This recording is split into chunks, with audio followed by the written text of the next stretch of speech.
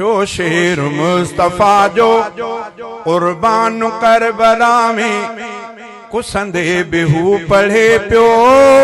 कुरान करबला में कुसंदे बिहू पढ़े पियो कुरान करबला में थियो शेर मुस्तफा जो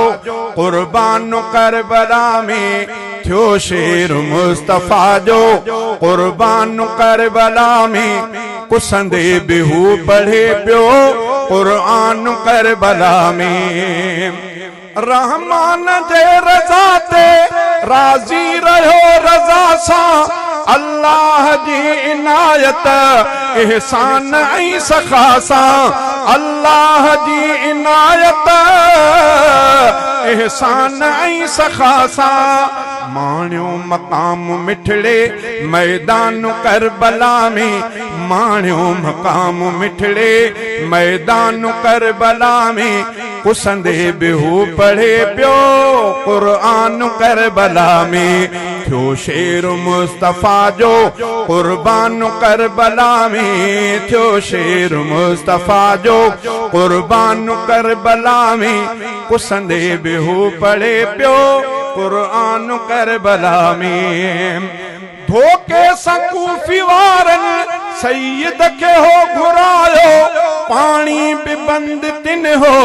मजलूम जो करायो धोखे सकूफे वारन सैयद के हो घुरायो पानी भी बंद तिन हो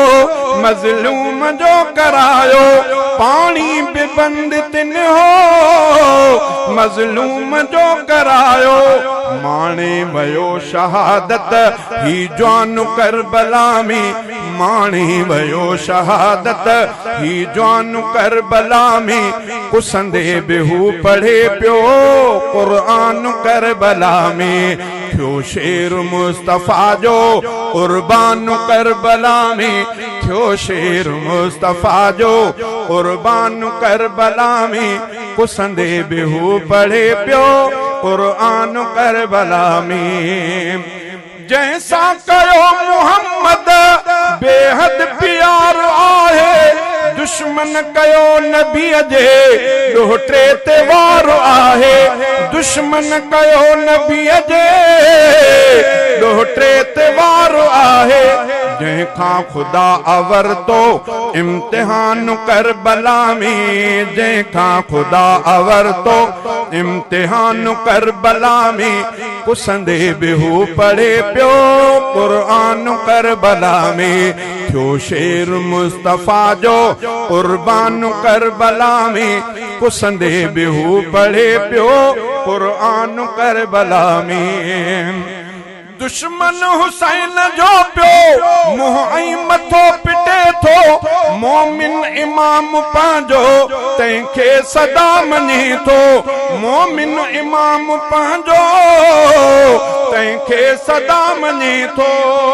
आशान वारो थी पियो ज़ीशान करबला में आशान वारो थी पियो ज़ीशान करबला में कुसंदे बिहू पढ़े पियो कुरान करबला में कुसंदे बिहू पढ़े पियो कुरान करबला में अब्दुल सलाम तंहिंखे कंदो सलाम आहे दिल सां पयो मञींदो तंहिंखे इमाम आहे दिल सां पयो मञींदो तंहिंखे इमाम आहे जंहिं ते थियो आहे राज़ी रहमान करबला में जंहिं ते थियो आहे राज़ी रहमान करबला में कुसंदे बिहू पढ़े पियो कुरान करबला में थियो शेर मुस्तफा जो कुर्बान करबला में कुसंदे बिहू पढ़े पियो कुरान करबला में।